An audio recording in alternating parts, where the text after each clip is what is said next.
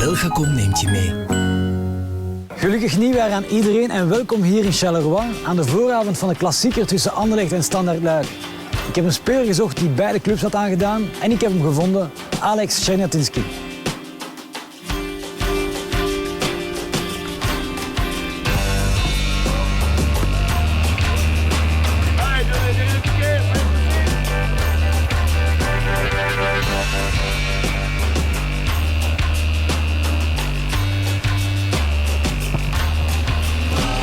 Alors Alex, salut, bonjour, merci de me recevoir ici à l'Olympique. Un club un peu spécial on va dire. D'abord, explique-moi comment tu es venu ici, comment tu es arrivé ici.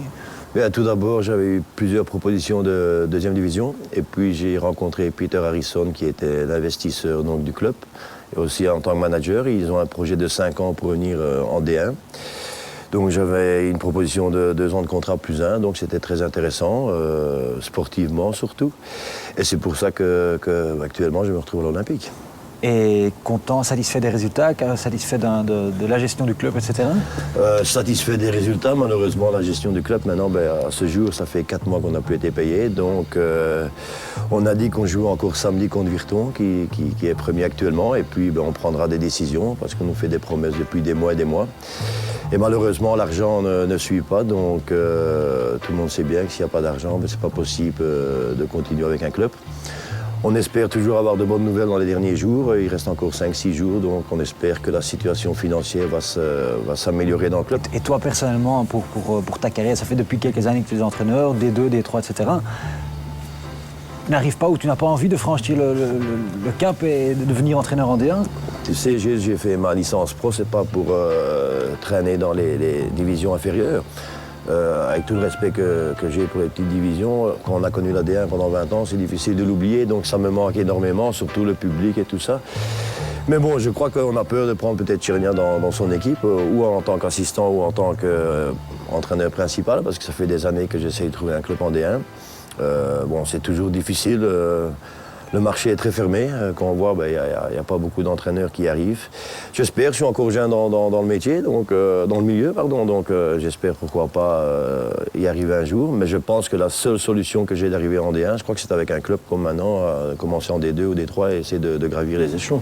Parlons d'autre chose. Je ne suis pas ici uniquement pour parler de ça, bien sûr. Tu te rends bien compte que je suis ici aussi en fonction du match de ce week-end. Tu suis encore la D1, je suppose. Quel est ton avis sur ce match de ce week-end? Décisif pour le championnat, pour plein de choses ou pas? Je ne pense pas qu'il est décisif, mais je pense que pour le Standard, qui a perdu énormément de points en déplacement, je crois qu'il est temps d'avoir un bon résultat. Et ça le ferait de bien d'aller gagner Anderlecht. Maintenant, bien sûr, Anderlecht est, je veux dire, dans une bonne passe, il est toujours en tête. Il y a les playoffs qui vont bientôt arriver. Maintenant, c'est le premier match après la trêve hivernale. Comment vont réagir les équipes, comment s'est passé les stages, la fatigue peut-être du stage. Donc, c'est peut-être tous des facteurs qui pourraient jouer un rôle pour le match de ce week-end. Maintenant, un Anderlecht Standard, ça reste toujours un Anderlecht Standard, c'est toujours quelque chose de spécial. Est-ce que les choses extrasportives jouent un rôle aussi à ce moment-là? Je sais pas, je pense que Witsel est suspendu peut-être. Ouais, il est suspendu, donc c'est peut-être une bonne affaire, tu sais, parce que je crois que bon, ça a été... Oui, pas uniquement Witsel, je veux dire aussi Tite qui retourne à Anderlecht, Van Damme qui revient en Standard. Oui, je sais, tout ça fait aussi... Tu sais, si Van Damme ou un Tite aurait signé ailleurs, il y aurait eu moins d'impact actuellement, surtout ce qui s'est passé avec Van Damme, qui disait qu'Anderlecht c'était le club de son cœur, puis il signe au Standard. Bon, tu sais, parfois on dit des choses qu'on ne pense pas toujours, tu es bien placé pour le savoir aussi. Donc, moi je crois qu'on prépare le match sportivement. Et, bon, ça va être difficile, parce que connaissant les supporters des deux clubs, il y aura toujours cette, cette rivalité entre eux. Et je sais que ça va commencer peut-être avant le match. On ne va pas parler du sportif, on va plus parler des incidents ou des transferts qui viennent se passer extra-sportifs. On en parlait justement, tu as connu les deux maisons.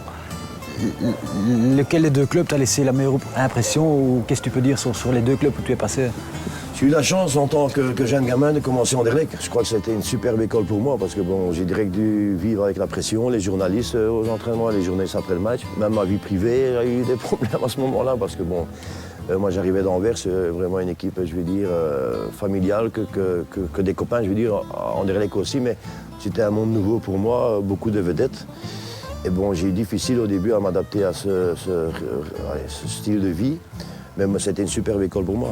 Puis j'ai connu le Standard où là c'était tout à fait une autre ambiance. Mais Anderlecht, c'était, je veux dire, on était une machine, entre guillemets, à gagner. On devait gagner les matchs amicaux, on devait gagner le championnat, on devait gagner la coupe, on devait aller loin en Coupe d'Europe. Tu veux dire par là que la pression était énorme. Plus grande qu'au Standard. Voilà. Ouais, c'était tout à fait différent parce que quand je suis arrivé au Standard, c'était après l'histoire de l'argent en noir qui avait circulé au Standard, donc c'était tout à fait une autre équipe, c'était tout à fait différent. De ce temps-là, c'était mal vu ou comment c'était vu le fait que tu partes d'Anderlecht pour aller au Standard? J'ai appris qu'il n'y a pas beaucoup de joueurs qui ont fait les deux clubs.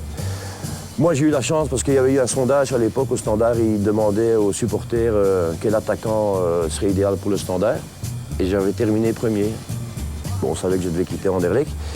Et heureusement, tu sais, en tant qu'attaquant, le premier match, on joue à la maison, on gagne 2-0, 2-1 et je marque les 2 buts. Donc voilà, et j'étais parti, quoi.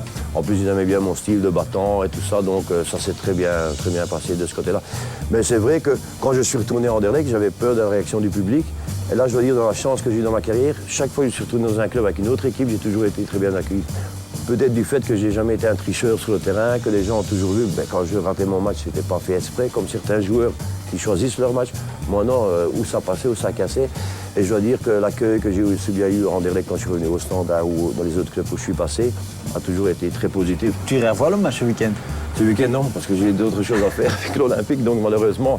Mais bon, le problème en D1, quand tu vas voir un match comme Anderlecht Standard, si tu n'as pas un parking, il faut arriver 3 heures avant le match. Donc, moi, je ne m'appelle pas Gilles Debus, je n'ai pas la chance de passer partout.